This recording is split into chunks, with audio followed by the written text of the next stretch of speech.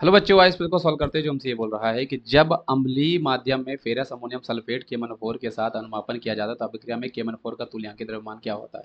देखो बच्चों, ये बहुत ज़्यादा डिफिकल्ट टाइप के क्वेश्चंस आपके इस टॉपिक बनते हैं, बल्कि डिफिकल्ट इतने होते नहीं, बच्चे इसमें पता नहीं क्यों इतने ज़्यादा कंफ्यूज होते हैं। आपको बस बच्चों ये ध्यान रखना है कि हमारे पास जो तुल्यांकित द्रव्यमान आपको कभी भी निकालना होता है, तो अगर आपको बच्चों तुल्यांकित द्रव्यमान आपको अगर निकालना है तो वो इज इक्वल टू हमारे पास होता है बच्चों, क्या है हमारे पास, किसी का मोलर द्रव्यमान।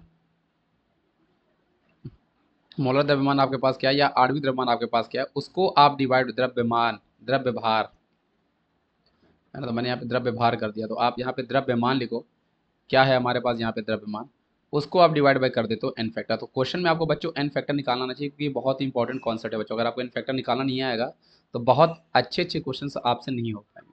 तो एन फैक्टर आप कैसे निकालते हो, जैसे देखा करो, आपके पास हमारे पास अम्लीय माध्यम में जो आपके पास KMnO4 हमारे पास होता है बच्चों, वो आपका Mn2+ में कन्वर्ट होता है।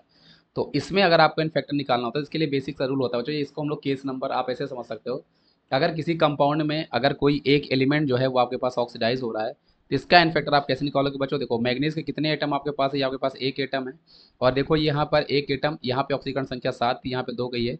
तो 7 - 2 कर दिया करो, मतलब ये, और ये मोड लगाया करो, है ना। तो यहाँ पर आपके पास 5 आएगा, तो इनफैक्टर इसका 5 हो जाता। तो मेरे पास आंसर बच्चों यहाँ पर M/5 है। तो ये ध्यान भी रखना कि KMnO4 अलग अलग माध्यम में अलग अलग तरह का दिया जाता है, जो कि आपको क्लास में बताया गया होगा कि KMnO4 जो हमारे पास होता है बच्चों, वो अलग अलग माध्यम में आपको अलग अलग तरह की, है ना, अलग अलग माध्यम में आपको अलग अलग तरह का हमें दिया करता है एन फैक्टर। वो आपको ध्यान रखना है। जैसे आपके पास एक हमारे पास उदासीन माध्यम होगा, एक आपके पास अल्कलाइन माध्यम होगा।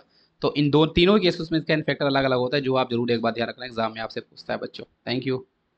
इसका सही आपके पास ऑप्शन नंबर दूसरा हो जाता है।